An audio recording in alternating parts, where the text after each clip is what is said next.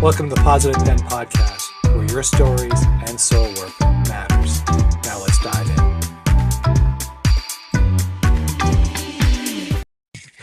Okay, we're here. Welcome, everybody.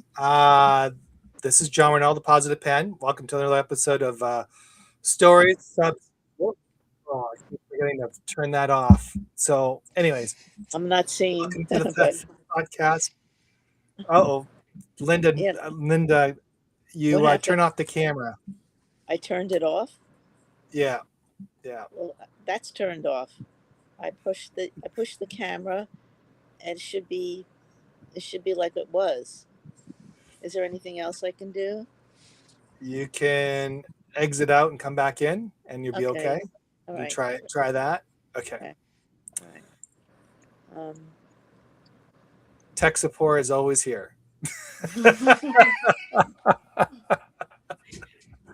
So thank you, everybody, for joining us today. We have a group. I don't know where she is. I don't know what happened. I don't know what happened. Here I don't know. It's not. As soon as you changed it, it went away. I don't know why. Yeah. I'm trying to get a hold of you. I'm going to remove. I did come back. It was fine before. Yeah. What happened? Everyone else is here? Or? Yeah, we're all here. I'm trying to figure out how I get you on. Yeah. How did it go off? That's what I don't understand.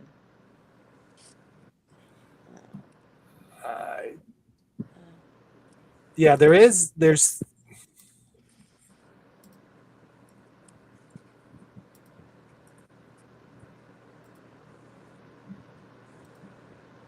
Writer's Linda, is your camera enabled on the bottom?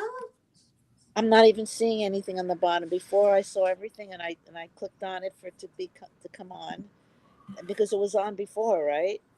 Yeah, you were on. I saw you. Yeah. But it doesn't. You hear me? I can hear you. Yeah. I don't know what happened to the cam. When you went off, we're going off and we're coming back on. I don't know what happened. What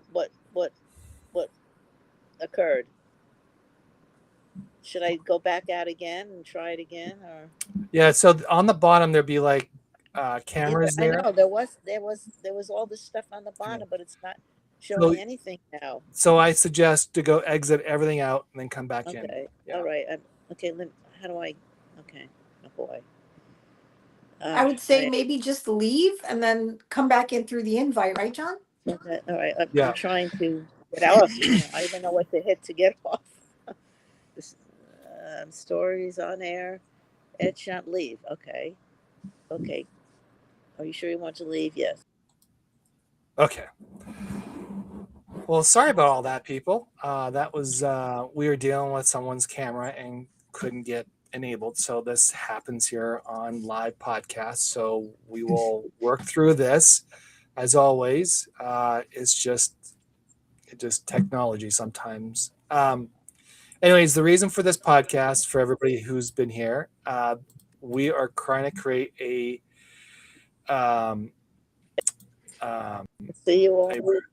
there we go. I think we found her. Nope, she's gone. Okay. So I guess we're gonna play a little bit game here between her and I hopefully. Yeah, there she was, and then she's gone. So this is a round table, and the discussion is we're talking about writing and stuff like that. And I thought it would be a really good thing to actually focus on that, and invited a bunch of writers from all over the platform. There's not a specific one. And the idea about this is talking about the authentic about writing, about the challenges of writing, the book promotions, anything that comes to topic, we'll talk about it here. First off, welcome everybody. We have Patricia, Emma, Nat, and Joe. If you're familiar with them or you're not following them, please do. And I'm John.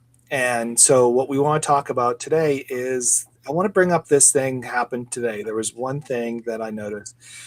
There was a creator that came on, and in 9 weeks, they blew up to over 20,000 subscribers. And their post was, I can't believe in 9 weeks I gotten 20,000 subscribers. And one of the things that it bothers me is that, I've been on this platform for a while. Joe, you've been on this platform for a while. Growing that fast is pretty hard, I would assume. But so we were looking through this, and I was sharing this with Nat, and I kind of want to put it towards Patricia first.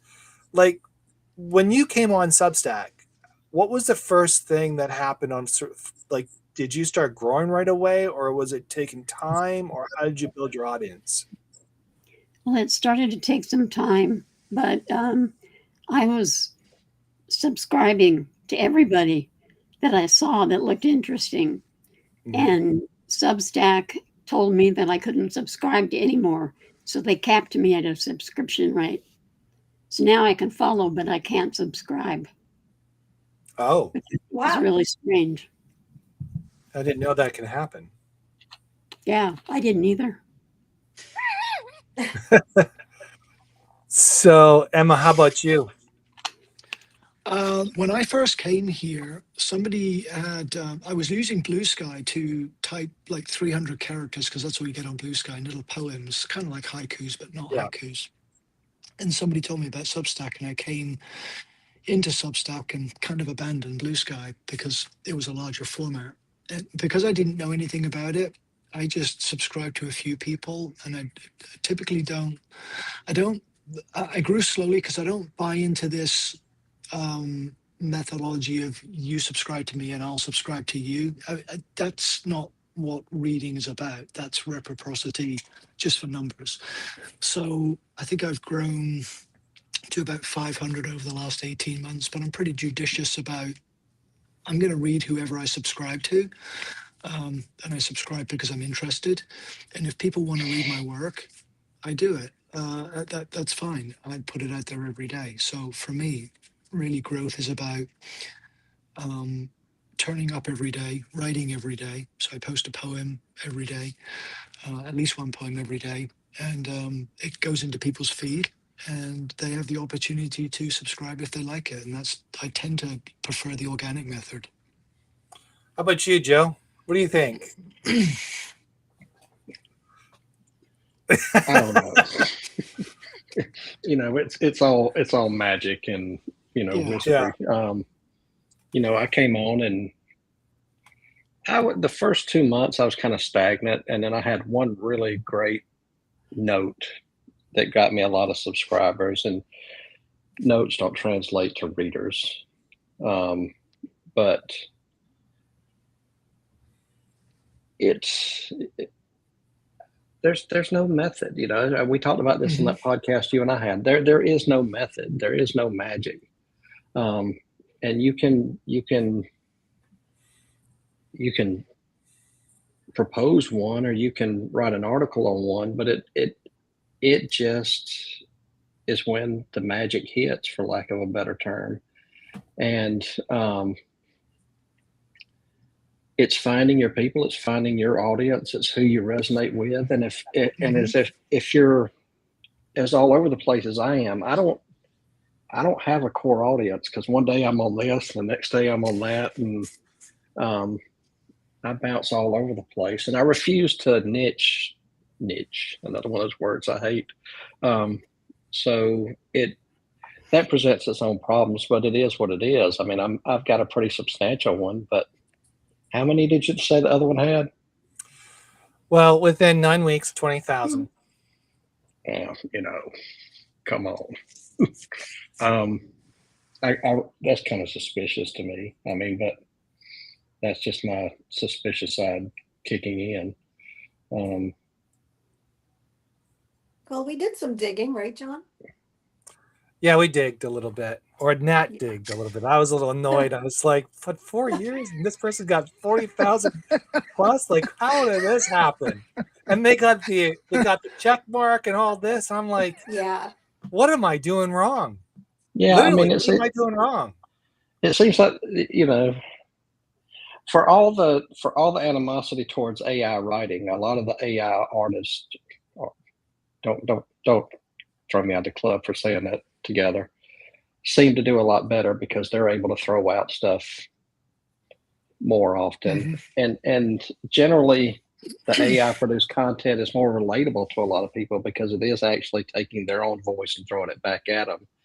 So when you're doing what I consider genuine poetry or literary content, it takes a certain subset of society to latch onto that and want to read you every day. And when we talked in our podcast, I thought maybe I'm posting too much and sending too many emails, but then I slacked off and I lost subscribers, and I'm like, okay, well, this makes no sense, so I'm just going to do whatever I want to. So yeah, that's it. So Nat, do you want to talk about what we discovered and since you're the investigator of it? Today I'm like an investigative journalist. Yeah. So John texted me and he's like, check this out. And, I think rightfully so. He was a little taken aback, especially the way that the author wrote the post. I think there are two ways to do that. And and I'm huge on authenticity, and I think this person was just really inauthentic about how she posed her words, and it really like pissed me off. So as soon as John sent me the text, instantly I went to the account, and she's bragging, and it was bragging that oh wow, like in 9 weeks, I think she was up to like he said, I don't know, like 20,000 subscribers. And I was like, we're all working hard, like what the hell. But right away I looked at the little paper clips that are right above the name, and I go to the Instagram. She's got 160,000 followers on Instagram. So a couple of things right away must have happened. Either those names were imported, or she promoted on Instagram, follow me to Substack. And when you think about 20,000 as a percentage of like 160,000, that's got to be a little over 10%. So if you think about it, if some of her followers just decided to subscribe to Substack, then boom, you've got like, your 20,000 subscribers right away. And it took her 9 weeks to do that. And but now you're making it look like you got this on your own. Like, you came to Substack, and you started at zero, and you got 20,000 people to subscribe to you because your content is so like freaking great that the rest of us are just like, what are we doing wrong? So I just hate when people do that. And I don't know, I felt like I needed, for my friend John, I had to be like, nope, this is what happened. So yeah. And I So here we appreciate that. are. So one of the things that I've learned in this process of people climbing up so fast in the ladder of the subscription. Number one, there's a couple things that happens in your Substack. Number one, if you boost up your Substack subscription really high, what it does, it gives you the numbers right off the bat. Number two, what it does, your engagement goes lower because of a heavy influx. It might give you the credentials, like the verification, but what happens is your engagement goes down tremendously. So me with 1,600, that may post today's article, which got me about maybe 400 views. That's what they're getting. So even though the person has 20,000 views, they're getting maybe 400 like I am, for example. It might be a little bit off, maybe a little bit more, whatever. And then if you look at their subscription rates, their subscribers, a majority of them don't have profiles. If you go through my profile or someone else's profile who has lower numbers, a majority of them has profile pictures. Yeah. And that tells you right there that it was a dump. And they created accounts for all those things. Now you can do that yourself, and there's nothing wrong for doing that. But when you ethically mislead the rest of Substack, I think that is a moral issue, more or less. Because here, I think on Substack, I believe, we try to hold up different integrity level. It's not X, it's not Instagram, it's not Facebook. We try to, we write, we produce, we do a lot of things here. And that's one of the things. And that's where it comes down. The next question, I guess, is like when you write, are you writing for yourselves? Or are you writing for the audience? I'm going to go with Nat. I definitely write for myself. And part of my struggle is because I write for myself, I sometimes can't spit out content on a frequent basis. So I've posted about this time and time again that, there's an expectation that, like you said, there's a formula. Well, you're supposed to write every week, post at least one article or post X amount of notes. And if I'm not feeling it, I genuinely cannot write it because I really don't know how to force it. And my most viral post that really did go viral was from like a really angry rant. And I felt like every single word, and the way that I wrote that was I felt like I couldn't write it fast enough. Like I couldn't get the words, out of me onto figuratively speaking paper. Um, and that's how I write. So definitely I write for me.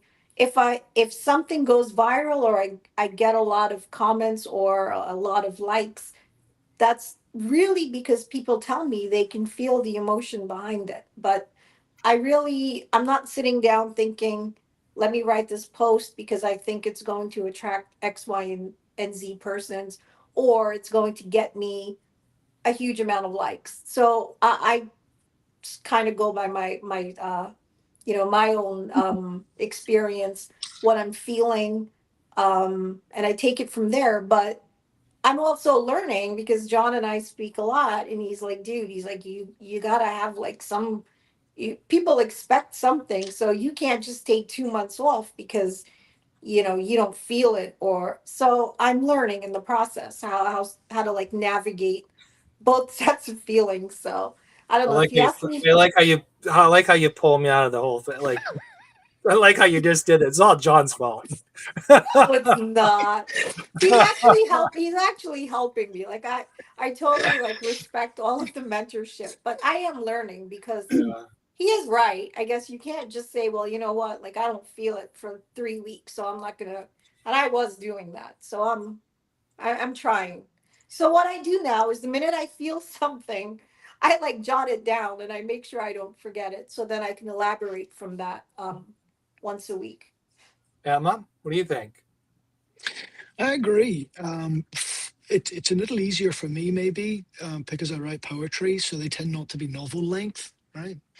But I post typically, I have a core audience that'll read the work consistently. So it's going to be, 20, 30 people that will read it and comment on it because it's fairly niche, I guess, poetry. It tends to go all over the place, but often it's on the darker, quirky side. And so if I want to take a week off, what I'll do is I'll write a week's worth of poetry in advance and I'll schedule it to drop every day at noon. So I have a Yeah. consistent pattern regardless of whether I'm writing every day or not. I mean, my writing's dropped off over the last couple of months, 2 months for personal reasons. But I still write and post consistently. I mean, prior to that, I was writing 20 or 30 poems a day. So I had Wow. hundreds of poems in advance, Yeah. and I was literally scheduled for 2 months out. And some days I was writing, I was posting 2 or 3 poems a day. And then I also, part of the collaborative issue paradigm of Substack is I'll write a lot of poetry in response too. So if I see somebody's work and I want to comment, I'll write it as a poem, um, as opposed to just a heart or an emoji or whatever, because that drives me nuts. It's like if you're gonna you can click the like and be done with it, or you're gonna write something, and if you're gonna write something, make it worthwhile, because somebody else I is gonna love read it. emojis. They're I so just easy. I just noticed in the in the notes box, they added a shortcut to the emojis, so you can Yeah. actually create emojis directly in there. But I mean, there's nothing wrong with them. I'll use emojis too, but I like to write. I find it amuses me because I write what I like to Yeah. read and what I like to do, and I kind of mix up between short stories and flash fiction and poetry. But I've been on a poetry kick for quite a while. I'm actually looking at going back to some more of the short stories, to be honest. So fun fact, we talked about scheduling. Back in the day, it used to be a year. You could actually schedule a year What? on Substack. Well, I didn't have that much stuff, John. Well, I'm just saying, you could schedule yourself out for a year. For some reason, it was able, then all of a sudden, I think last year, they stopped doing that. It stopped allowing you to do that. So Yeah, it was down to like 30 days or something, or 60 days for a while, but it's extended out again. So it's 90 even days. longer. You have about 90 days. Yeah, which is fine. I mean, that's good. Mhm.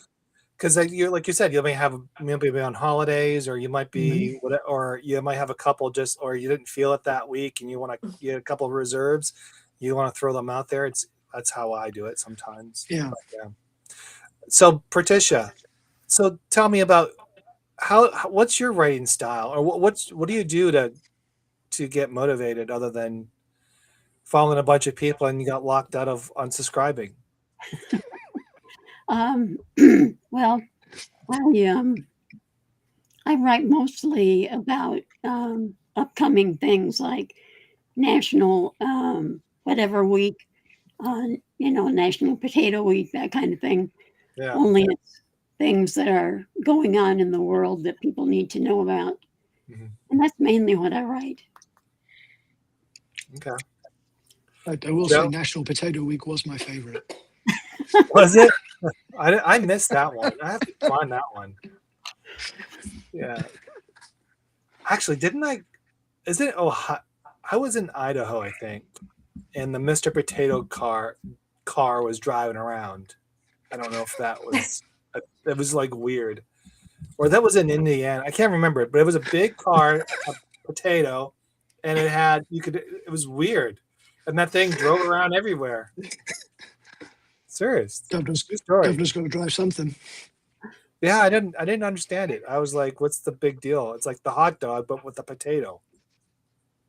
Yeah, it Idaho looked like a hot potato. dog, but it turned into a potato. Yeah, it was either Indiana or I can't remember, or is it Iowa? I can't remember where I was. I think it's Idaho, like the Idaho potato. Yeah, Idaho's potatoes. Yeah. No, it wasn't. No, I was in the Midwest. I was definitely in the Midwest, either in Indiana or somewhere around that area there. That's There's not much I can explain about Indiana, so. So, Joe, what do you think? What's your feeling about writing? Like, I know you. Okay, so if people don't know this, Joe took a time out. I think sometime last year or this year. I can't remember what it was. This year. Earlier this year. Yeah, you took a time out. You kind of just said, "I'm done with this," and you had an issue with being authentic and things like that, and you felt like you were becoming a machine, more or less. And then in the last part of your story, you said this version no longer is going to exist. Tell me, how was that so far from that day to today? How did that help? Did that help you get it out? And now you're more. I mean, it's going back to the topic at hand about the subscribers. I sit there each time. I think, am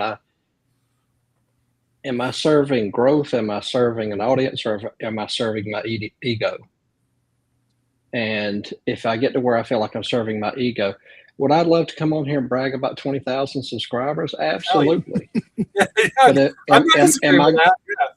am I going to make that the core mission of my life? No, because if you're not reading and you're not getting something and you're not resonating with what I'm writing, then what's the point? And after talking during that break, I was looking at it and go back to some of the things, yes, in the early days of Substack, there was more commenting and there were more likes and there was more interaction. But as it grew, you got to figure all the artists grew. all the original people that were on there grew, and they didn't have the time to dilly-dally around, and you kind of lost contact with a lot of them, and some of them gave up and left and whatever. But the larger portion of that is we talked about the email last time, is a large percentage of your readers are going to get your stuff through email, and they're going to read it, and then they're going to go around their day. Yeah. And no, they're not going to. So if you're judging your entire performance through what Substack gives you, you're losing the game already. Although it gives you some feedback, it's not giving you true feedback, because, you know, I'll get a note, or I'll get a comment, or I'll get something months later that's like, I read this and it helped me, or I did this and it helped me, or you know, one day I found a link to it and said, somebody had posted a link to one of my articles on another website somewhere, hell and gone from anywhere I've ever been. And like, you got to read this. It made a difference in my day. And I'm like, you know, that's what I'm after. That's, you know, so yes, I am reaching people, and they're just, not all of them are running up to pat me on the back and saying, hey, Joe, good job. And the other thing I think people need to respect is, you have to put yourself in the eyes of the reader.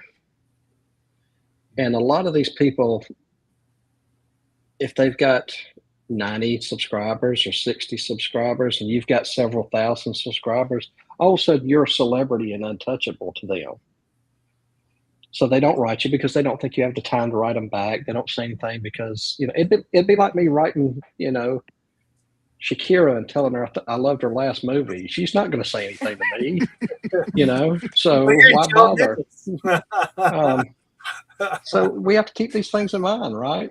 Yeah, that is so true. I mean, at the end of the day,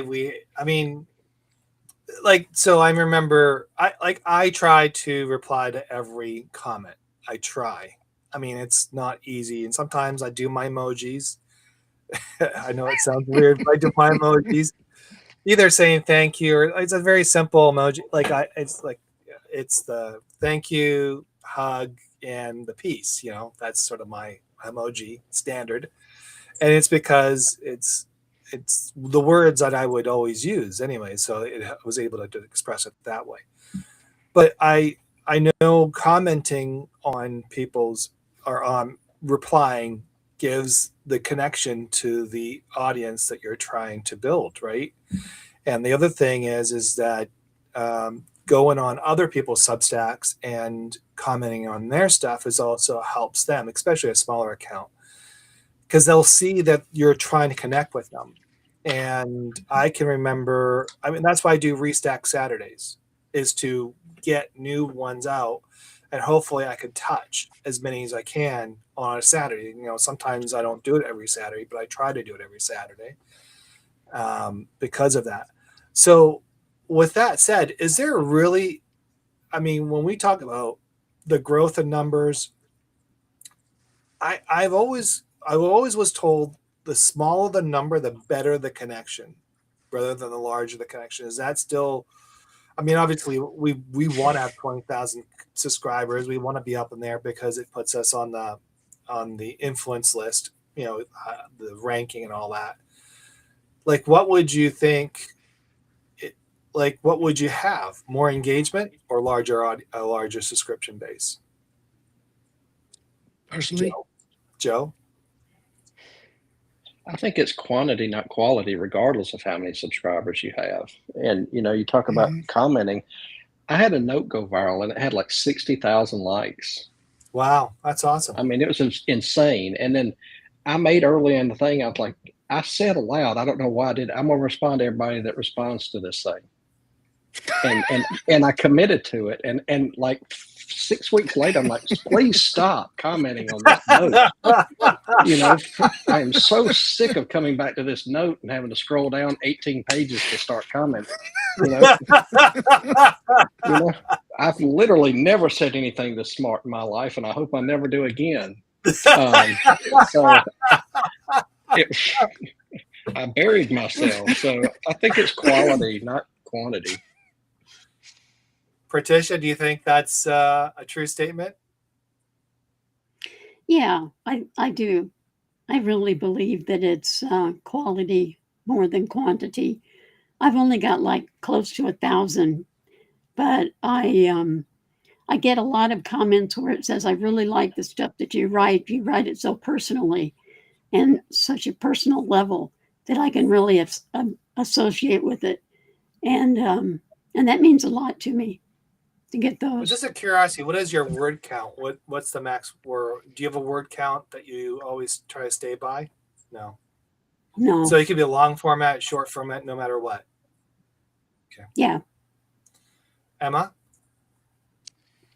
I prefer quality as well. As I said, I tend to have a core of people that read on a regular basis and comment on a regular basis as well. So it, it allows me, if there is a comment, to engage in a conversation, to start a conversation. I mean, I agree with what Joe said. If you've got 20,000, there's no way you can keep up with that. So, but I found people have moved from the Substack world into the real life world, people that I've met through Substack, and that's a real value to me to build community. I've enjoyed that greatly, and it doesn't. And there's nothing wrong with emojis, by the way, um, but Now you're gonna get all but the emojis off from me now. yeah. And everything I get back is now going to be in emojis, right? Yes.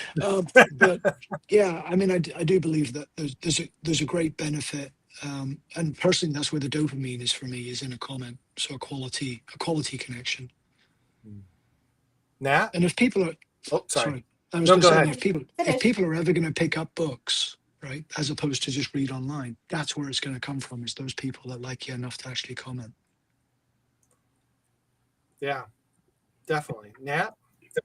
So I'm gonna be controversial because I always have to be. No, I'm just kidding. Um, I think it's a combination of both, and I'll tell you why. Um, with so right now I just hit 1,300 subscribers, and I have to say there's a good 10% of those people that I've really connected with. And I know they comment on my stuff and we go back and forth and we DM. And like, I'm okay with that.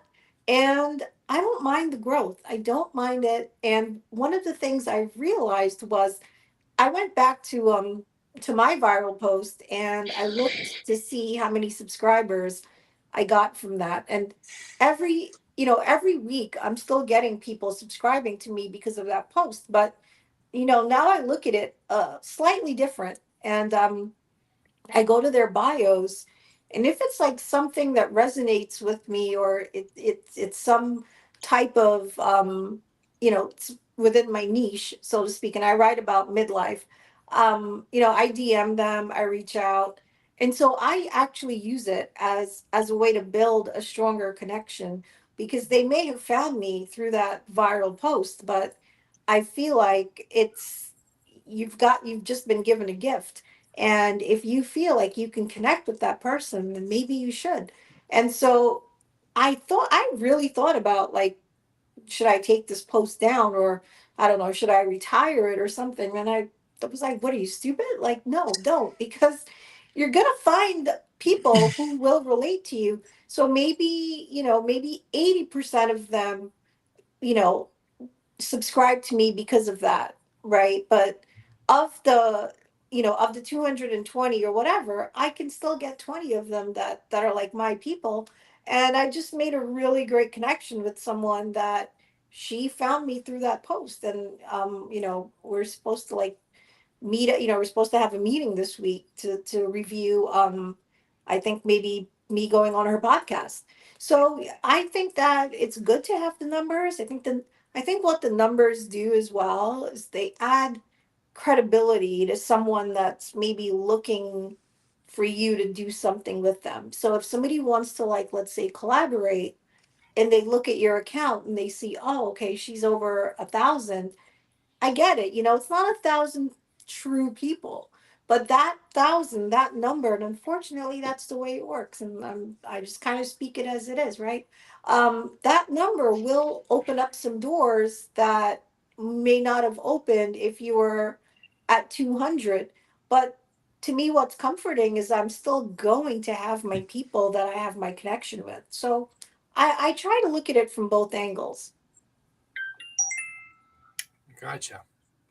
I was just thinking about the journey that I've been on, which has been, you know, which has been cool. I really enjoy it.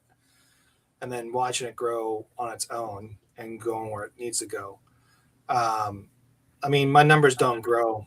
I mean, I may get one once a week, which is fine. I'm happy with that. I'm not looking for growth. I'm looking for quality, obviously. And, my writing is somewhat like Joe says, it's sort of all over the place. And I don't really like my niche is like, if you go in your categories, my niche is literature and spiritual writing. That's what it is. And because that's as close as I can get to inspirational writing, that's really what I'm trying to do is write inspirational stories, help people on the way, be educational, things like that. And I think the tough part is trying to, find your people in this world of 35 million people per month on Substack. And I don't think you'll ever get that because Emma, like you and I, you'll never really read my content because you prefer more gothic stuff, right? Is that what I'm? Yeah, I remember that now. So you're more into that stuff. So are we going to read each other's stories? No, probably not, because we're not. We don't align in the same type of genres. But what we can do is come together as a community and support each other. And this is where I really want to start talking about. When you came on Substack, obviously you guys were alone. You kind of felt like, oh boy, what's going on? You had to figure all things out. Now, one of the things I've been trying to do is build a community outside of Substack that helps with book launches or things like that. When we talk about this, let's start with Joe. Your book launch. You have about 5 or 6 books out right now? 4. 4. Okay. Well, 5. Yeah, 5. 5. But explain, so the process is a lot to do. Like you have to put the book together, then you got to find the cover, then you got to find the format, and then you got to post it and make sure the editing and all that done. From start to end, how long does that take? You put a book together and launch it. I don't know. A couple of them over a year. One of them just sailed out of me, and it depends on the subject matter. I mean, it was the humor one. Just was, I think I wrote that thing in a week because I was in a mood, and I just sat down, and it's a bunch of anecdotes, so it wasn't that big a deal. But some of the last one, the one about shame, it took over a year because I kept fiddling with the format and how I wanted to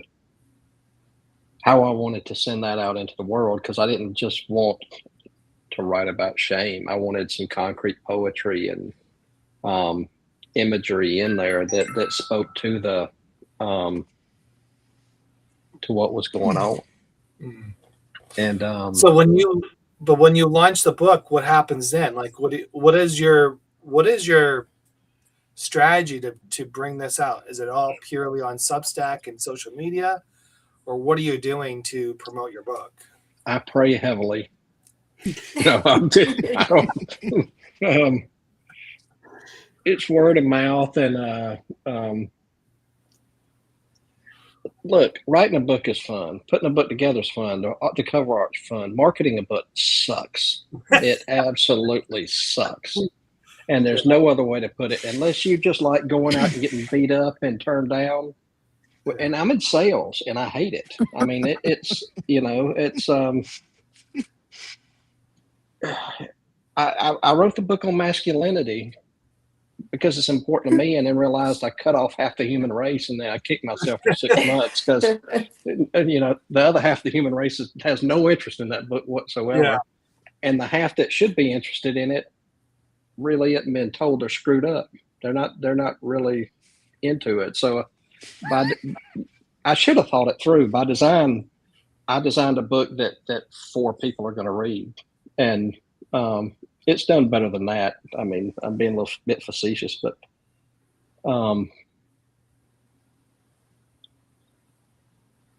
I'm not an expert in marketing, but dropping them at coffee shops, dropping them in.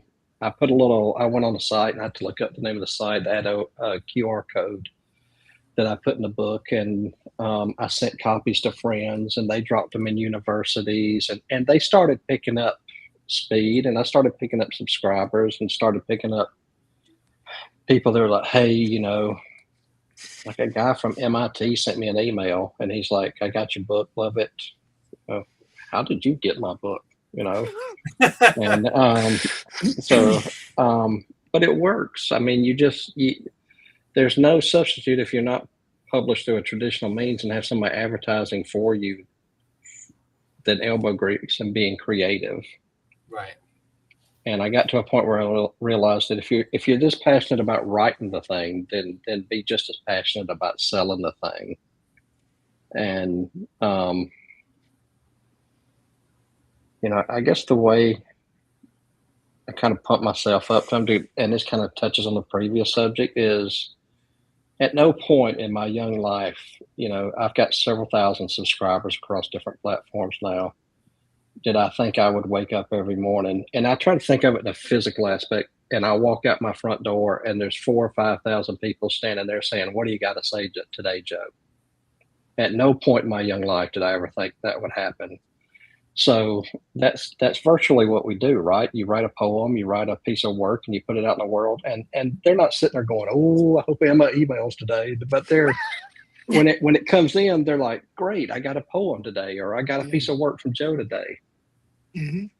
And that's motivating. That is motivating. Patricia, how do you you got your book out and you're selling it? Like, how did you get it out there? Did you use a conventional way of going through publishing, or how did you do it? No, I had a publisher, but I had to do all of the marketing, and I'm still marketing. I printed it. It was printed in December. I had a relaunch in March, and I'm still processing, promoting different things. They're ongoing with it. So it's taken me about a year. So people talk about publishing and all that, but in your case, some publishers do the marketing and all that. Was that offered to you during the publishing, or no? No. Wow. And they just offered you to produce the book, and that's it. Basically, yeah. And where are you doing with your book published? Where are you going for promotion? Are you going to the bookstores? Are you going conventional stuff, or are you just gonna I'm doing mental health clinics and facilities like that, social work sites, psychology areas, people that learn psychology and teach psychology, different things like that. Now, Emma, I'm not sure if you have a book. I don't remember if you have a book or not. I have 11 books. You have 11 books. Oh my. Okay. So since you're the more expertise here. No, numbers don't equate to expertise, but no. So you've learned a lot through you. Yeah, I have. I mean, when I first started, so my work has been published via 2 ways. The first is publisher in Berlin, Tilt, reached out last year and said, because they've read my work on Substack, Tim from Tilt reached out and said, would you be interested in doing a book? And I'm like, sure, why not? So I provided some poetry to him, and then what he did was he put together a series of photographs to go with it, because not only is he a publisher, but he's also a photographer.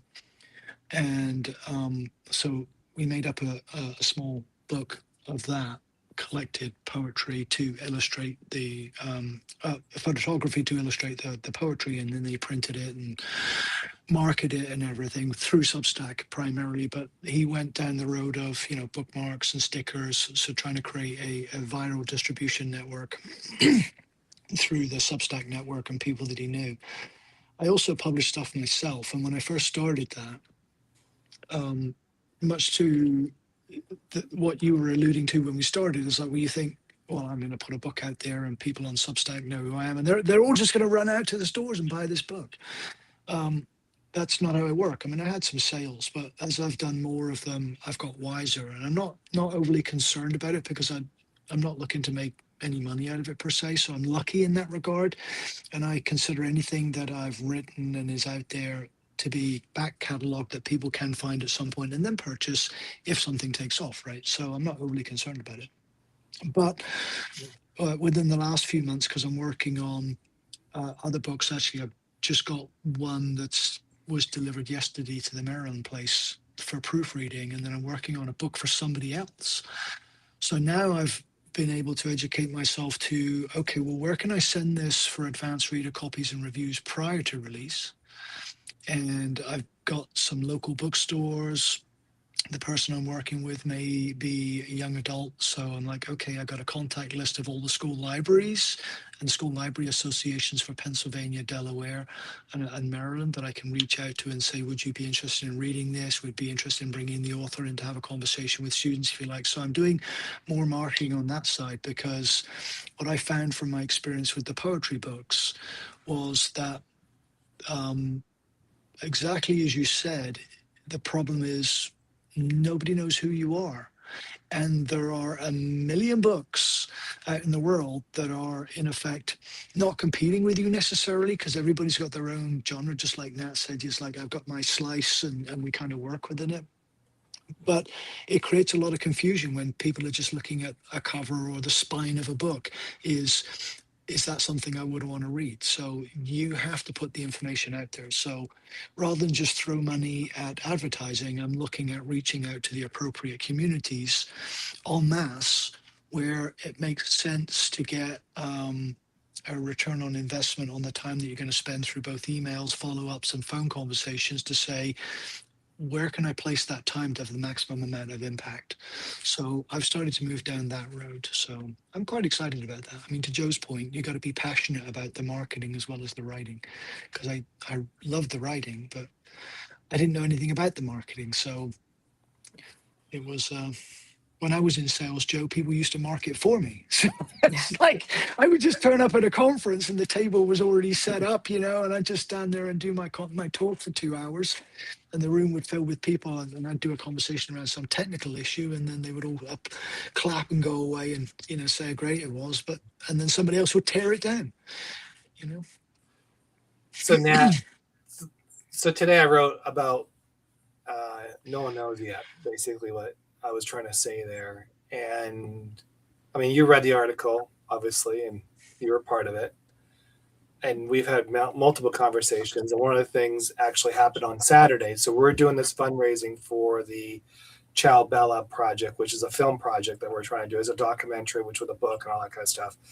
And it has a lot. And if you're not familiar with it, it's about World War II in northern Italy, Nazi Germany, occupying, taking the Jews. And we uncovered that my family and a couple other friends of mine in that area there, their families were involved in trying to save them and get them, escort them out of that part of the region.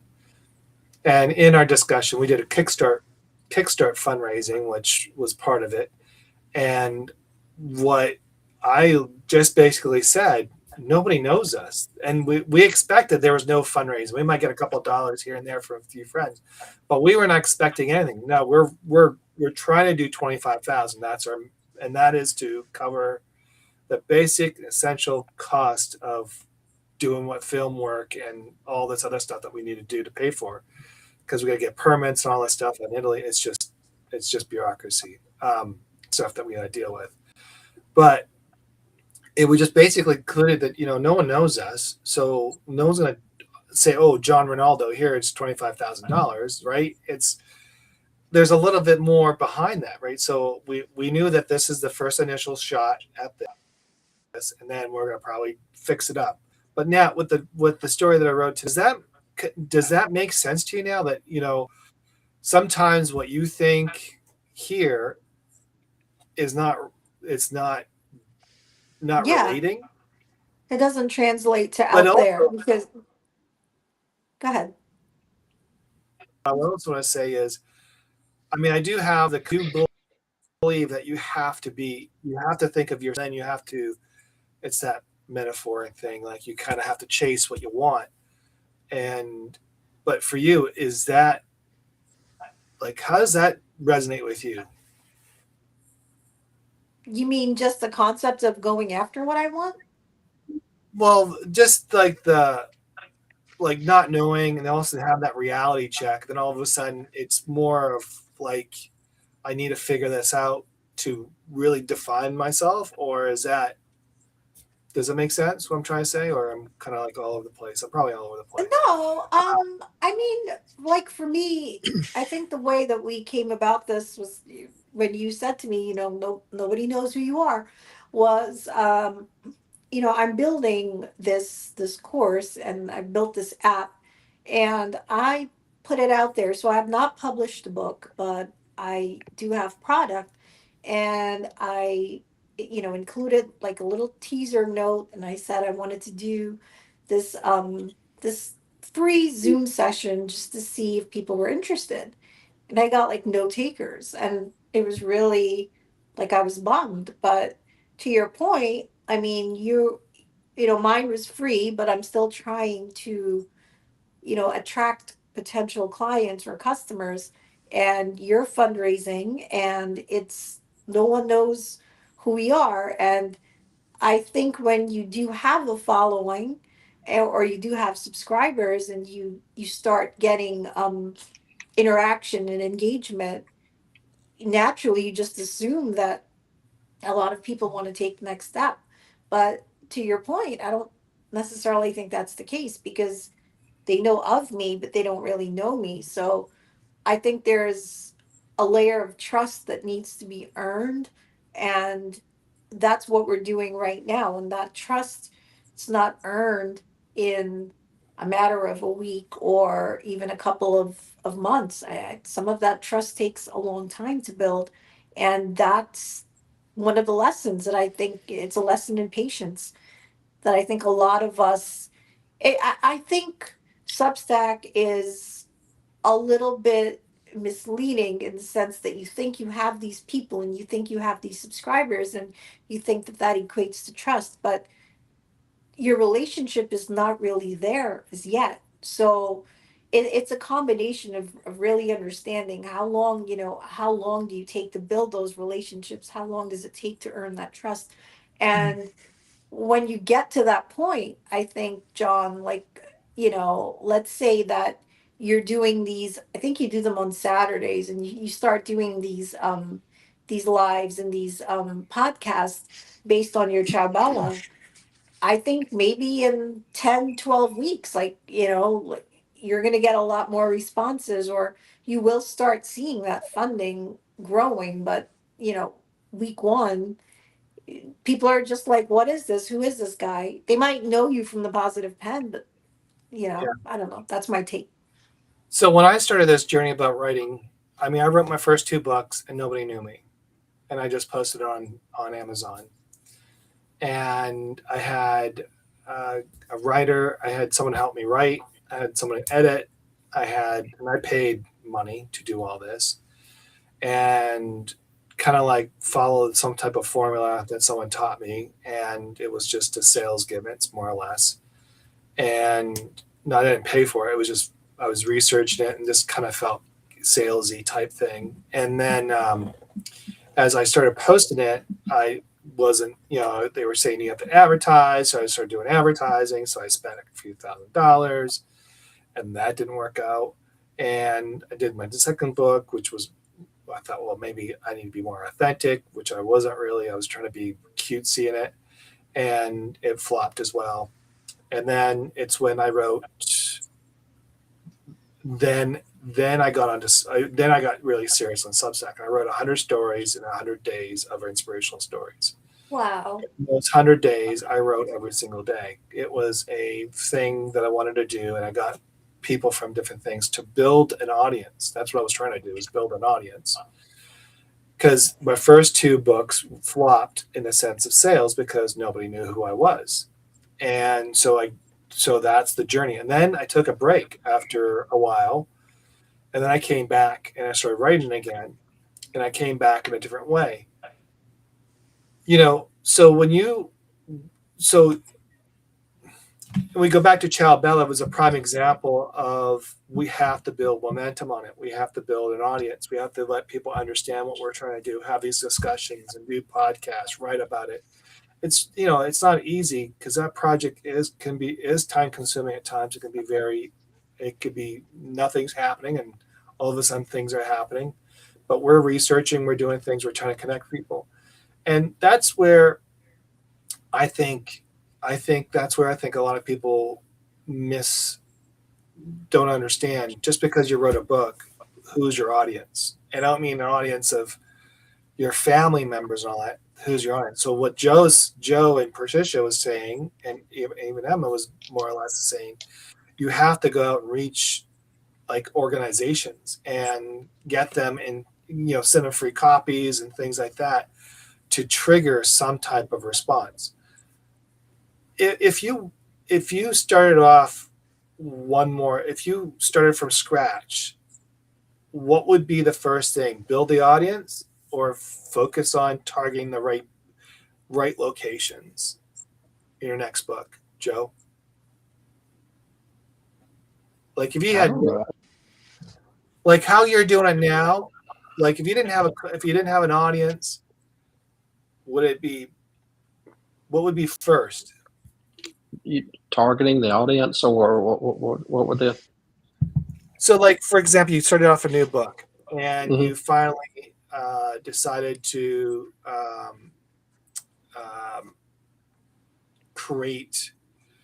Like you want to create like, what will be the first? Would it be promoting, like building an audience first and writing it in, and hopefully people catch on to that? Or is it better to focusing on the areas that you're focusing on? Which one's better in your approach to sales? I don't know that there is a better. It's like I said, I'm going to stick by my earlier thing, that writing and having a book that goes, it's like a piece going viral. It is an act of whatever 10 things come together at any given time that causes that to be a sensation.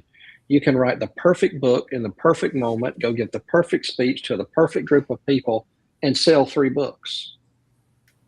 And then you just hit this magical chord, if you will, at one time in your career, and it resonates with the right person, or the right person picks it up, or if you're lucky, like Oprah Winfrey picks it up, or somebody mentions it, in their writing that has a bigger audience that grants you that authority that you don't have right now. So if you're going to go out in a career and you're a doctor and you want to build authority as a doctor, at age 50 or 60, you have the authority to speak as a medical professional.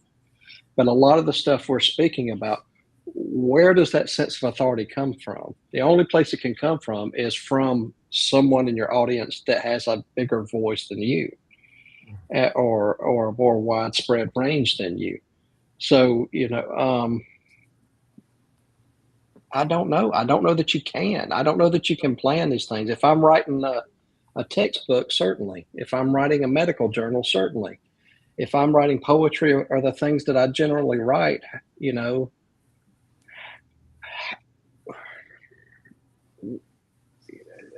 have to rely on the passion that drove you to write the book in order to get the book out there. And everything else is going to fail you. You can't tell me that everything else is just going to fail you, because it's just those people. And it'll take off. I have every confidence that a couple of them will take off. It's just got to get to in the right hands. And one of them already has. I mean, the first one I ever wrote, I took it off the market. It sold 6 books. I've sold this last one. I just hit 1,000, and it's only been out 3 months, and that's just word of mouth. That's just word of, I hadn't done anything to it. So that's, to me, that's a bestseller. I'm calling the New York Times and saying, yeah, you guys are missing out, because I got a hit here, but I just think it's lightning, man. It is. And it's like any endeavor out there now, So when you started that 1,000 sales, when you relaunched, it was a relaunch book, right? How did you approach that? Like, what did you do to, like you said, it's a word of mouth, but there's got to be more than just a word of mouth. Like, did you send it out? I was writing pieces and taking excerpts from it, putting it on Substack and putting it on Instagram, and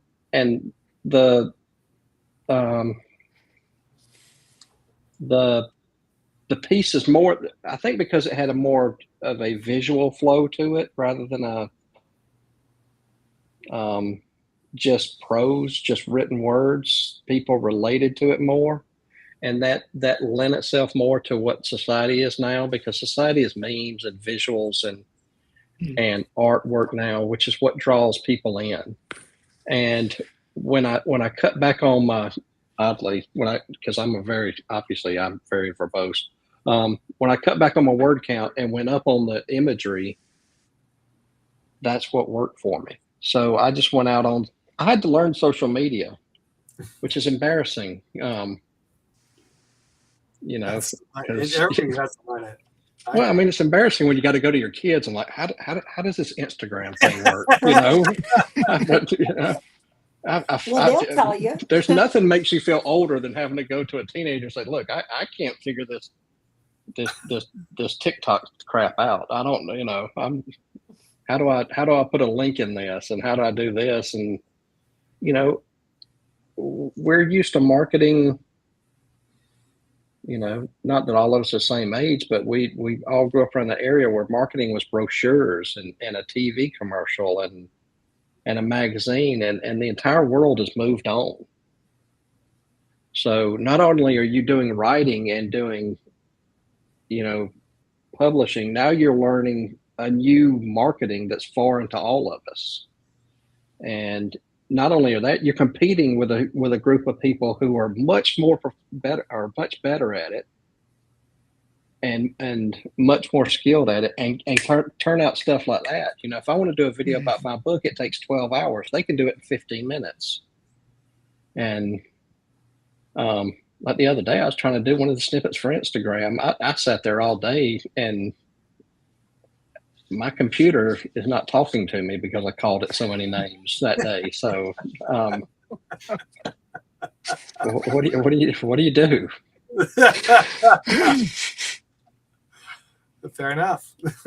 You think you'll come back together, you two? I think we'll make up eventually. I have to clean her up and buy her something nice, but she was not cooperating the other day. I need more Rams. Just kidding. So I guess I'm going to phrase this question a little better. I'm trying to figure a way to saying this. Like, what would you, Emma, thinking about what we talked about, how would you, I guess it's more of improving your sales. If you were able to, I guess, tell somebody right off the bat, like, hey, you got a book coming out. This is how we're going to do this. What would be the thing you would emphasize after the book's done? Like, what would be the first marketing move you would make them suggest that they should focus on? That's a good question. I'm not sure I know myself, to be quite honest. I mean, that's part of the issue I have. I mean, I'm learning stuff. I mean, the thing that I've missed in the past, and I would encourage people to do if they've got a book in hand, regardless of whether it's close to release or released, is make sure you can get it into the hands of people that can do the advanced read for you, to get reviews, to build visibility for that piece of work, whether that be an association or a buyer for an association, or whether that be people that you can then quote on Ingram Spark, or Goodreads, or whatever, or preferably multiple platforms for reviews. But I think is people. I mean, Joe's got a good point Nat's got a good point as regards to building trust. Is people are more inclined to look at something if somebody else has already looked at it and said, "Oh yeah, I like that." Right? Nobody wants to be the first. Nobody wants to be the unknown. And take the risk. If you've got $10 or $20 you want to spend, you're more inclined to purchase something that is a safer bet.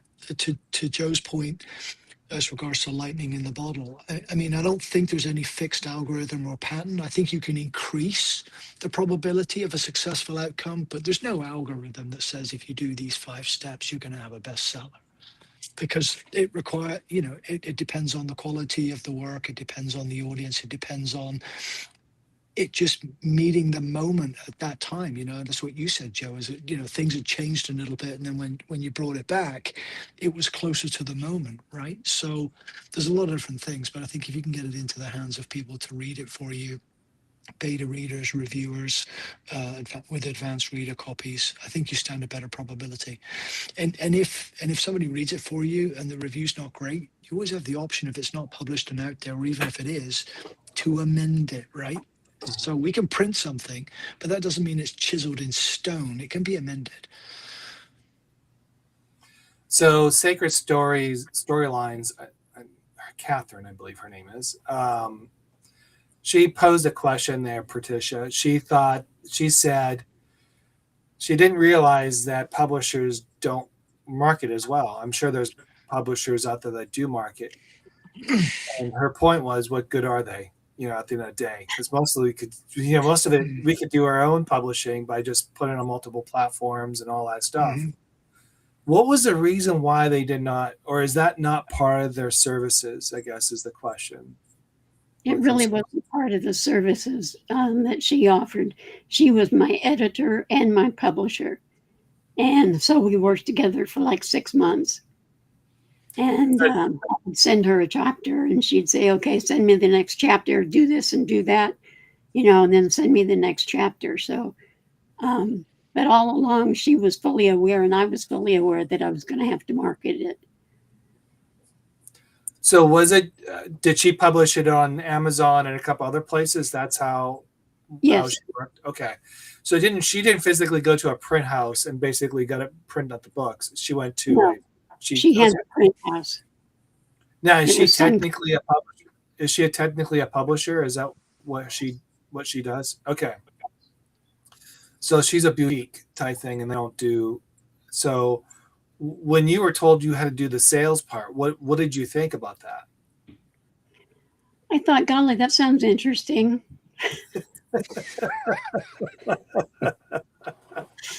That was like 8 months ago. And now I'm like, oh my God.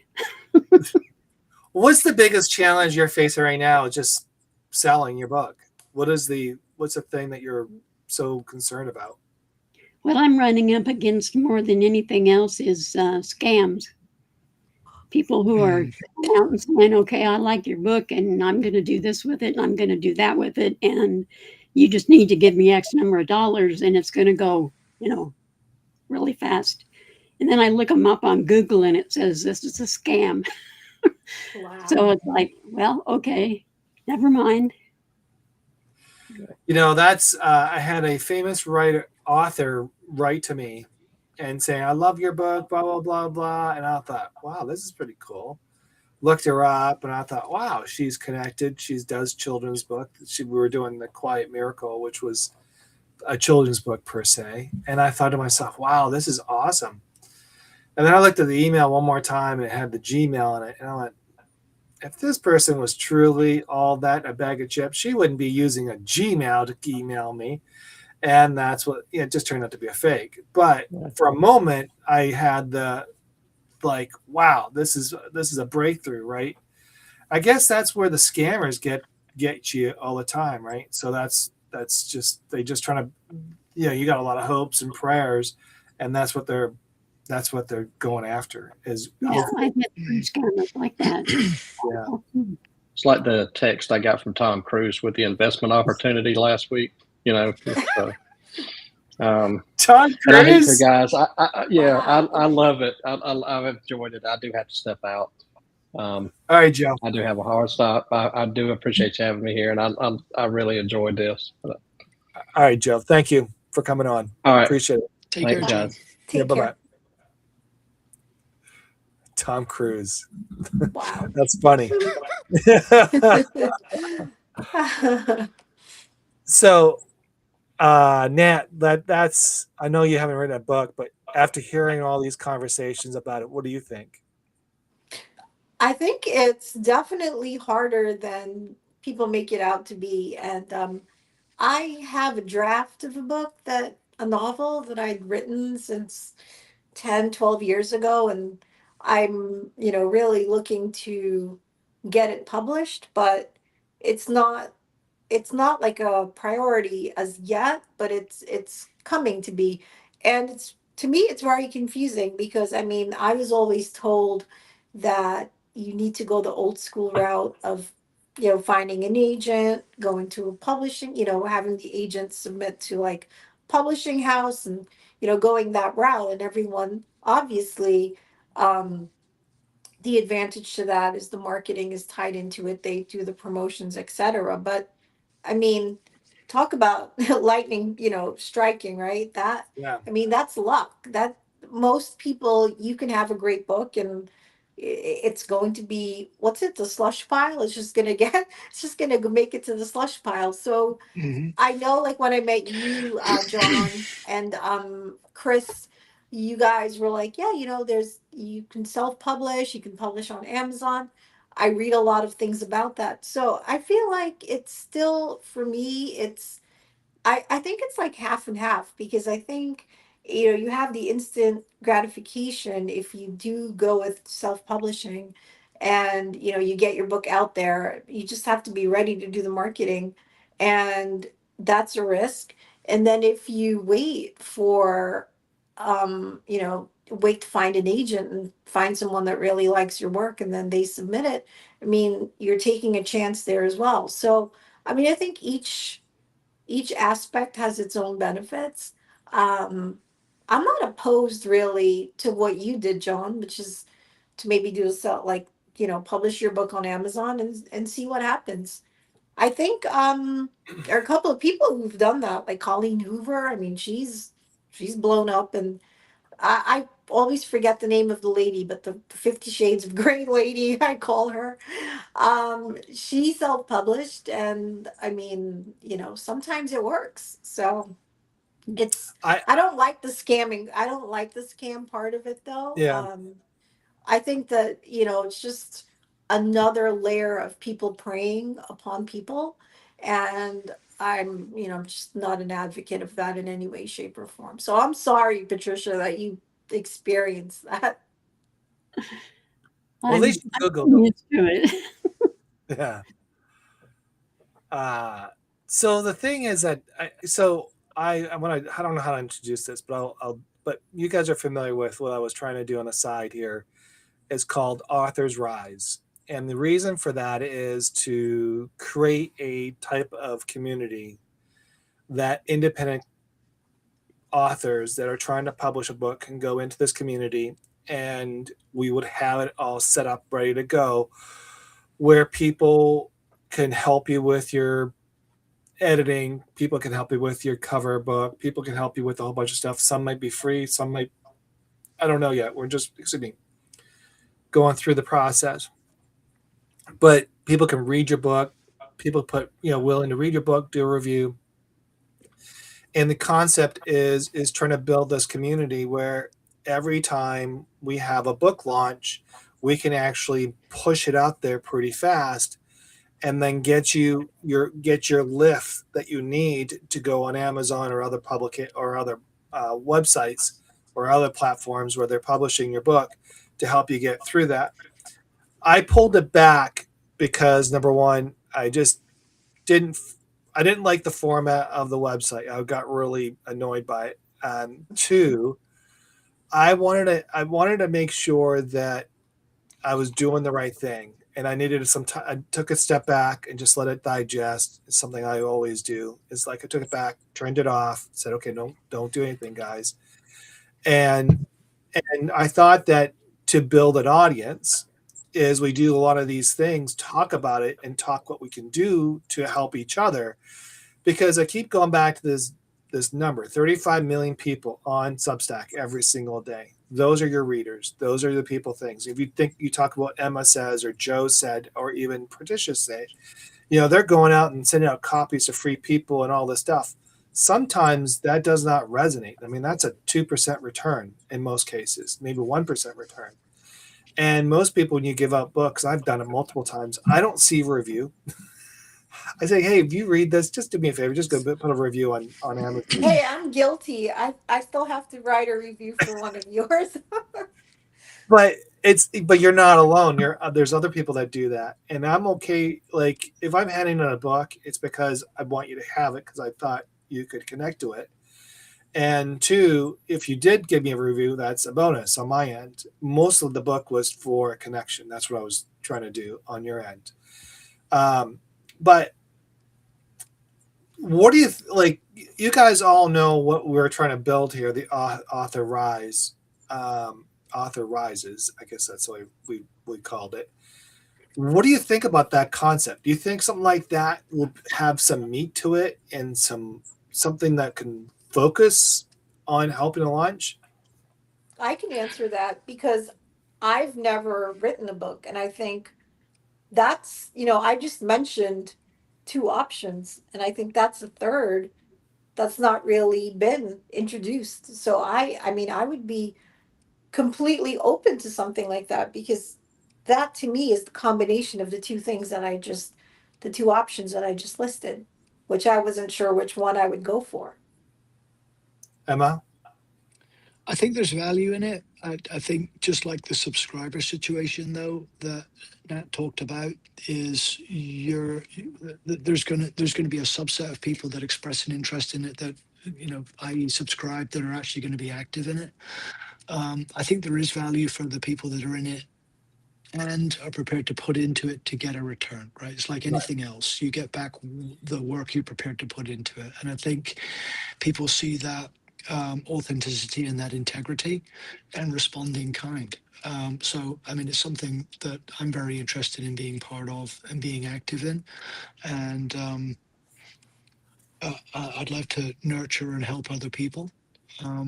If I get the same, that's great. If not, I'm just happy to help other authors. Yeah, and that's where I got to the point where I was looking at it like, who I'm helping here? That's really what it came down to. Like, who is really benefiting this? Because I'm putting a lot of work into this and trying to get this thing going. And then I kind of just sat back. I was like, I was getting to. There's always a part of me was like, when I don't feel happy about doing it, then I stop. I guess I'm so triggered by doing that because I just like, I don't want to do that anymore because it's not really going where I want to go, or I have this vision and it's not meeting up to my vision. Patricia, I mean, if you had that opportunity with somebody who you can just turn this over to and say, here, help me launch this book. I mean, obviously that would help you out from the sales side. You think there's value in that? Yeah, definitely. I mean, that takes off. Yeah. I mean, if you think you did your reviews on Amazon, I'm assuming it's on Amazon. Like, if you did your review, how many reviews do you have on Amazon? I have 40. 40. Wow. That's awesome. But how long did it take you to get 40? Since the book was published in December. Wow. That's pretty good. And you did it all in self, like you just hustled. That's what you did. Right. Well, I did hire one guy that helped me to get to #1 on Amazon. Oh, really? Yeah. Well, who's that guy? Tom Cruise. Tom Cruise. Tom Cruise.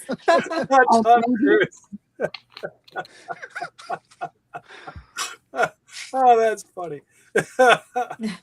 So he helped you. So let's talk about that a little bit. Like how did you come across him? What was the How did it all begin with that one? I was listening to a internet study kind of thing, and I heard this guy say, well, if you're really interested, I can get your book to #1 on Amazon. And then they cut away from somebody else, and I'm like, wait a minute, who was that? And I wrote it down, and I called him the next day, and I said, I want you to get my book to #1. He goes, okay, here's what we got to do. So was there a cost to that? There was a good cost to it. Oh, so it wasn't cheap. Oh no. So let me ask you, let's at like your sales now versus the cost, did it benefit? There was a lot of action going on during the time that he was working with me, and there's not so much now. So it's kind of like I want to go back and say, hey, would you do this again? Let's do another relaunch.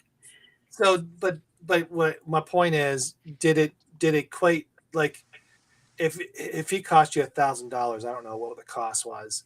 If it cost you $1,000, did you get $3,000 in sales? Oh, I see what you're asking. Yeah, I think I got what I paid for. I agree with that. Yeah. Okay. And Did what you want to know if there's like a net profit? Yeah. Mhm.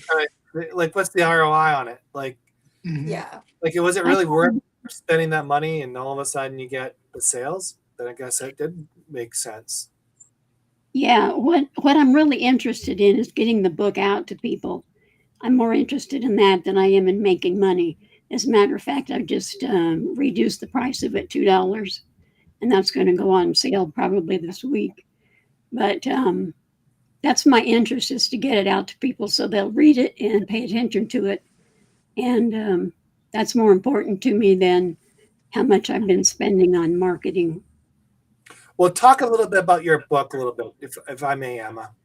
Or Emma, you guys, before we jump ahead, go I ahead. had a comment. Don't forget to update the back of your cover jacket that says #1 Amazon bestseller. #1 on Amazon with the dates.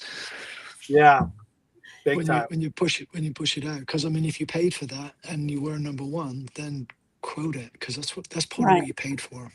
I've got it on all my flyers and all that, places like that.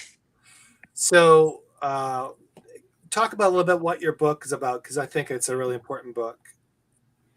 It's about sexual abuse as a child and narcissistic trauma. It's a memoir. So it was very personal for me to write. And it was kind of difficult because there were parts of it that were like, oh my gosh, do I want to put that out there? And there were parts that I thought, oh my gosh, this has to go out.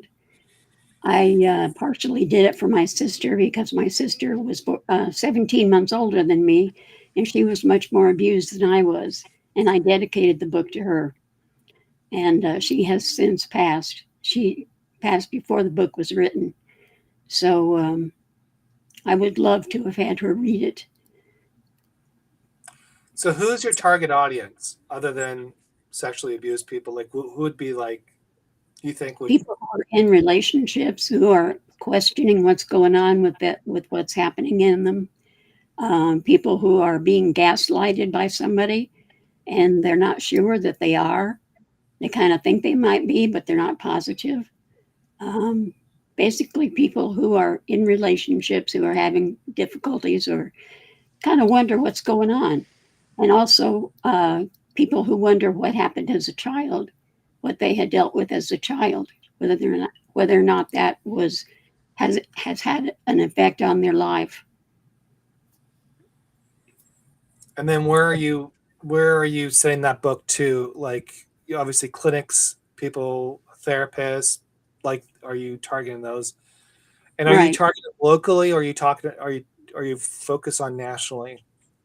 Well, I started locally, Okay. and then I'm going to spread out a little bit. I've got there's a couple of organizations that are supporting my book. The American Society for the Protection of Children is supporting it. RAIN is supporting it. They're putting out, things about it, that it should be, used in various places and that kind of thing. So that's basically what I'm looking for is that type of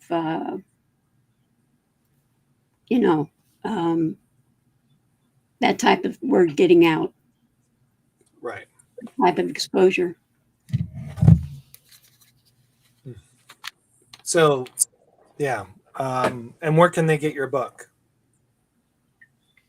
Amazon is the best place. I think you can get it at Barnes and Noble too.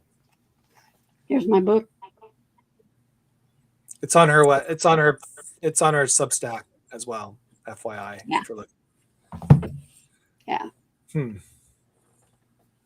That's I think that's an important topic, and it's one worth highlighting because it's more so now than in the past, but it's often an untalked about subject as well because of the nature of how that makes people feel uncomfortable. So I think it's an extremely valuable topic to raise, Patricia, and certainly it needs to be brought more into the spotlight.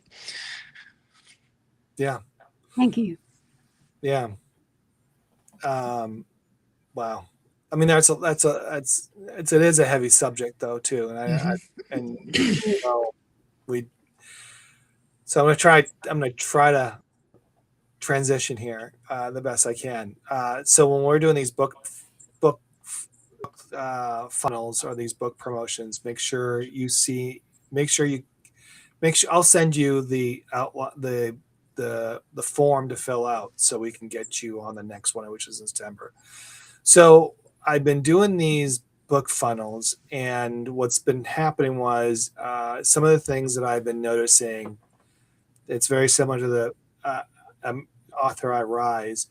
The problem is that I wasn't getting the reaction that I would get from normally the authors. I was getting some would just dump their book and then expected you to promote.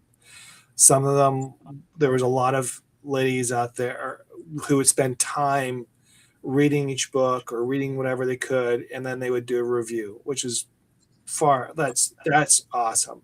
Some have gone to buying books and then feeling resonated with certain books and buying them. And the book funnel was great.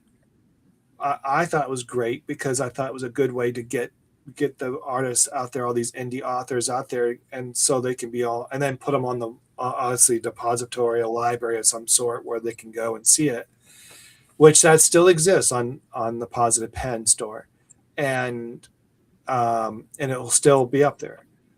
But as I was doing the June, I started to feel like it wasn't doing the right thing, and I was talking to a couple other people, and they were talking about just promoting one book at a time and getting it out there and making everybody, to do that. What would you action? You're back. Yeah, sorry, I lost connection. Let me ask you this question: Is these book funnels, like what would you recommend, Emma? If I had to change it up, what would be recommended? I think starting to focus on a limited number of books for more of the push, but I think having availability for people to see what's out there in the funnel and then maybe do them in waves. Oh, hello. Hi, Linda. You're back. Divine intervention. There you go. I was lost. So we lost Linda for a while, and I even sent we you finally an email came back. Yeah, I don't ask how it happened. I can't even answer. Something glitchy is just weird. Okay. But Emma was just finishing off about the book funnel. I'm sorry. Yeah, so waves is to circulate these things one at a time to stay on top of them and give them the attention they deserve before we move on to the next one. And maybe not quarterly, but maybe weekly or something like that. And people they don't have to read every book every week. They just pick up which genres and things seem, of interest to them, because there's going to be, a few people that like particular genres, and that'll break down over time. So you're thinking one book at a time, promoting it?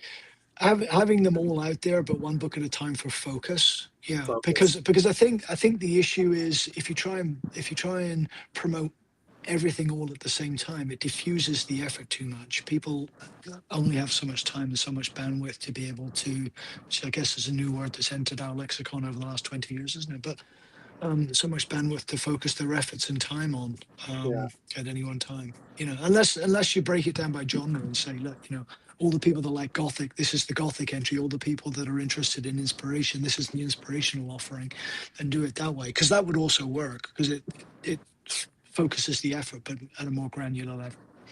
What do you think, Nat? I think I agree with Emma that it really should be focused one at a time. But I do like the genre idea because I mean they're just like I'm thinking about it like if I was a beta reader, um I would want to read something that's interesting to me that I really can relate to and give authentic feedback. And if there was, you know, to your point, like if you were promoting multiple and I got stuck with one that I had no interest in, I don't feel like that's an enjoyable experience. So I do like focusing on one at a time. And I think you brought together a number of people, and we all have different interests. So based on whatever it was you were promoting at any given time, I think you could find like target readers and beta readers to I guess test that specific genre or that novel. But when it's a lot being promoted at once, it gets to be overwhelming. But I have looked at what you've done, and I do like that when you click on the site, and well, you said you took it down, but No, the there, site's still up. The library's still up. okay, I haven't I taken it do down. like that. Yeah. Oh, you I do? like that you could go there, and it's almost like so curated, right? It's like a curated section, and I think it's intimate. I like that because you're not just going on Amazon and saying like, what do I read? Or you're not just looking at New York Times bestseller, and what you're doing, it's great because we're promoting each other, and a lot of us know each other on the platform. And so I like that. But I like the fact that if I'm like I like rom-com books, and I can go and I can find one on your site. And maybe I'm not into historical genre or historical fiction, and I may not be interested, but at least I know that if I want to read in my category, I can go on your site and I could pick someone, and it's someone that I'm genuinely helping. Because at the end of the day, I mean, how great is that? If you're going to spend your money, you're going to write a review, like why not do it with a connection? Like I would, you know, I think that to me is where the beauty of this is, because you're not just, think about it. Like we talk a lot about the Substack bestsellers. And so this is no different than, you're going to buy a product from the person with the 50,000 subscribers, and they don't really, I'm not going to say they don't care about you, but there's no connection there, right? So they're going to put something out on Substack, um, how to make $10,000 in a week, and you're going to buy it. But would you rather not support your friend or somebody that you've connected with who genuinely has something that could be of value to you, but they're just not able to get the reach? So I think in the sense of being an author, having a book, if you're, I mean, to Patricia's point, that's great that she made Amazon number one. But John, that could perhaps not be you, but now I know you, and I know that if I'm going to buy a book, I'm going to go look to see what you have out there. So I love it. I love the concept. Yeah. So Linda, sorry for the interruption. I did call India and that didn't work out. I'm sorry for tech support. I'm sorry. I was here. I was listening to you throughout the whole. Okay. I was able to see and hear you, but I Yeah, couldn't figure out because this Safari thing. But I don't even know how this happened right now. that's good. Well, I'm happy you're here. Thank you for coming. Thank you. So we were talking about BookFunnel, and I know you have a book yourself. Yes. And we talked about publishing and all that kind of stuff. But I mean, one of Yes. the things we're talking about is obviously publishing and not publishing, self promoting your book and getting Yes. things going. Like these book funnels, I'm sure if you've been following them. How do you feel about them? What do you think about them? I'm not sure. So many of them seem to be very encouraging um, for price, of course. But I don't know if that's really the personal nitty gritty of sales. I mean, I don't know if I'm fortunate yet, but I met somebody out of nowhere. I changed plans, and he said when I just said I have a book out, he said I can get a press release for you for free. When he said that to me, he said just give me some details, which I did quickly, and we'll see what happens. It's like out of nowhere. It's like serendipity or whatever you want to call it. Sometimes just stuff like that happens, or you meet it can be one person that can change your life in your book. You can go zoom way out, way out, way farther than you think. I don't know. All I know is that I channeled my book, most of it, through automatic writing. I am a psychometrist and a clairvoyant. I've had this manuscript in storage for 37 years, and a friend of mine wanted to read it. I said, "Oh, it needs a lot of editing. It's oh my God, there's so many words." I didn't know what else to say to her. She said, after she read it, it's spiritually significant. Do something with it. All I can tell you is that little encouragement got me for a whole year to go through this manuscript. My lights were blinking, weird things were happening because I channeled a late comedian, Lenny Bruce, through. You're going to say, well, how did you do that?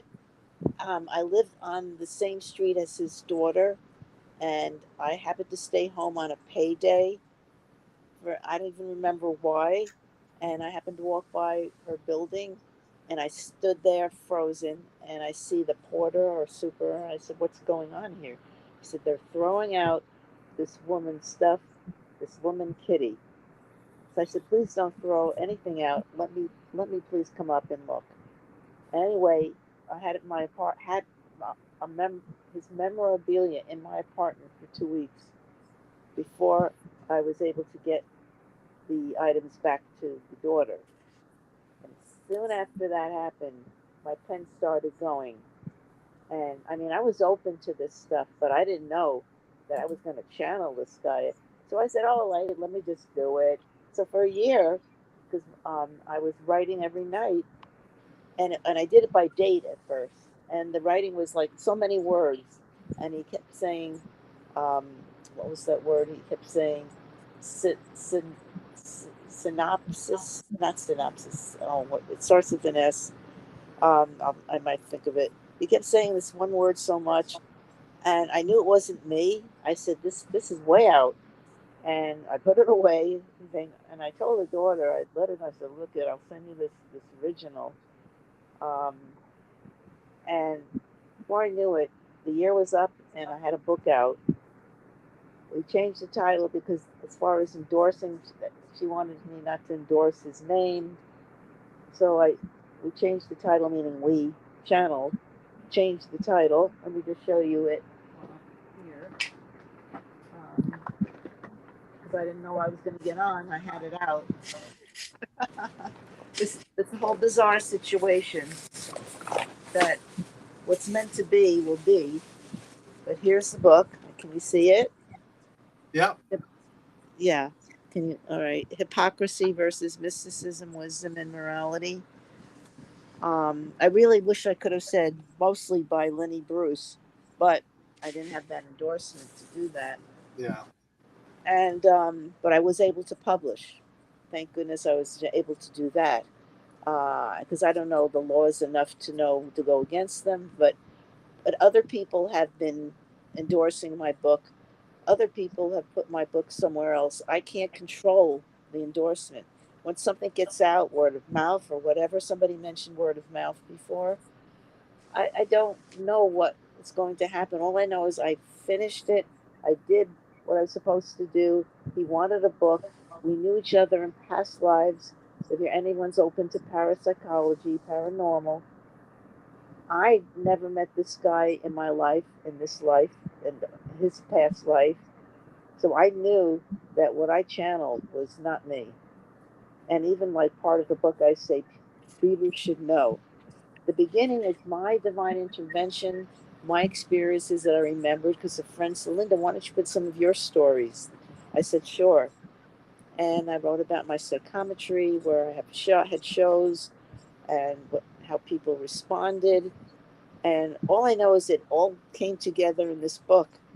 And the back of mine isn't the typical back. It's hypocrisy wears its evil veil. That's cute. That's awesome. You And got that out. whatever's That's going to happen is going to happen. I've put, I've advertised everywhere on all social media. I'm with the publisher Book Baby. I don't know if some of you might know Book Baby. Yes or no? They're pretty well known. And I just I'm completely naive in the whole situation about promotion. I didn't know what the hell I was going to do. I know you were talking about, getting people like email lists and whatever. I tried doing that. Uh, I mean, finding your genre. The skeptics, I had a few skeptics, and I'm sure there are more. But I just knew to do it. And whatever happens, happens. And I met you guys. Um, any questions you want to ask? well. Thank you. That was. I mean, I know it was. You just came back on, so I For a appreciate you. reason. Yeah, for a So reason. That's somebody awesome. got me on here, and I don't know how because every time I came close, it said copy. This word copy, and all of a sudden it bounced right in. That's Yeah, why I was there like, you "Must go. be it." There you go. Hey, So Patricia. yes, go ahead. So thank. So Patricia, what's you're gonna hire that person to come back in? Is that your goal now? Is that the next phase? I don't think I can do that. I don't know. I'm kind of moved on to other places and more things, but I'm still looking for the right um, people or organization to support and um, yeah, support it. Um, what's your next thing there, Nate? What do you plan on doing next? To me, Nat, you said. Hello? Yeah, Nat. To, Oh, to Nate. me, I'm sorry, Nat. Yeah, I'm yeah. like, wait. I, I. By the way, I um, do have to leave at My 6. So apologies. You're now yeah, Nate, by the way. I'm Nate. Yeah, my alter ego. Just marketing. Just moving forward with my app, which is geared towards midlife reset and marketing my product. So I'm not really looking to publish a book yet. But hopefully one day I will get to the one that I have in draft, and I just can't focus on too many things at once, but I'll continue, short goal is to just write more on Substack, try to get like a weekly post out like I used to, and just see where that takes me. Emma? I will be publishing a new book, Cornflower Blue, in probably 3 months. I've got to go through the review process and get some reviews back for it. I'm going to do it right this time. And I'm also working on publishing a book for another author. So Oh, that's a gothic fantasy book have that I'll fun. be doing, probably dropping in October, I think. Oh, gotcha. So That's I'm awesome. just waiting for the manuscript to be finalized. Actually, I've got to edit it tomorrow. So Oh, don't be your own editor only, please. That's no, one I'm thing not. I learned Yep. because you can read a 50 times, and then all of a sudden you'll find the comma that wasn't there, or a word, the extra word. You cannot, I'm telling you, it takes a real trained eye to be an editor. Like, learn that. Well, Linda, what's next on your plate? What's next on my plate? I'm going to see what happens with this press release and take it from there. I'd like to do more shows around psychometry and also back to acting and all that, to keep my mind versatile, and not worry about how many books people are going to buy, um, and take it's just something that, um, I'm open. Let's put it this way: I'm open. That's awesome. And It's if good to be open. and meeting people, when I meet people and I tell them they're open to about my genre, I tell them about the book. And a good thing to tell people is they like your book to review it on Amazon and Goodreads. Goodreads is very important too. Good. And I like the words are, if you like it, because you don't want somebody to put if you the least amount of negative reviews, because nobody gets perfect. I'll tell you that. Right. Anyone who knows that. And keep your mind on other things you like to do. Don't be too caught up in worrying about what's going to happen. Right. And tell as many people as possible. Get on all the book groups. That's what I've done on Facebook. I'm on practically every book group I can think of, plus paranormal book groups. That's a good way to spread your advertising freely on Facebook. I agree. LinkedIn, Reddit, I mean, all these other, um, X. um, there's a very nice, there's some very nice ads from some of the people who did some ads on my book. Um, if you can have a little trailer, that's nice too. A nice ad Right. that's striking. And your cover, if you haven't done your book, remember your cover is very big deal. Right. I agree. Well, thank you, Linda. I appreciate that. And it's been a long time. Yeah. I know we're all been here for a bit. And I want to say thank you to everybody that showed up today on the podcast. This is really the first, well, it's actually a second round table that I created, but this is the first one I've tried to put more people on there. We're going to see if we can do this again. I'm not 100% sure, but we'll see about that. When it comes to the book funnel, September is out. You can, on my notes, you'll see someone you can put your book in there and ask you to fill the information out. The reason for that is I need it for promoting your book, and it helps get your book to other people and so forth. Second thing is, if you go into my chat, you're going to see it in there as well. There's a place where you can see the form and do that. And it's not a Google form, it's actual another form, so that's good. And so we got Memorial, we got not Memorial, we got the 4th of July coming up. So I hope I hope everybody have a wonderful 4th of July. I hope everybody's going to be happy 4th. Happy 4th. Celebrating 250. Big 250, that's huge. Big 250. And I want to thank all my guests that showed up today. Thank you, every single one of you. I appreciate your time. Thank you, John, for doing this. Yeah. Thank you. Yeah. Thank you. I'm glad I made it back for something, but I was watching even though I couldn't get on. Right. And thank you for all the audience here. And next week we'll be on Monday at 4 o'clock Eastern time, and we'll see you then. To make it.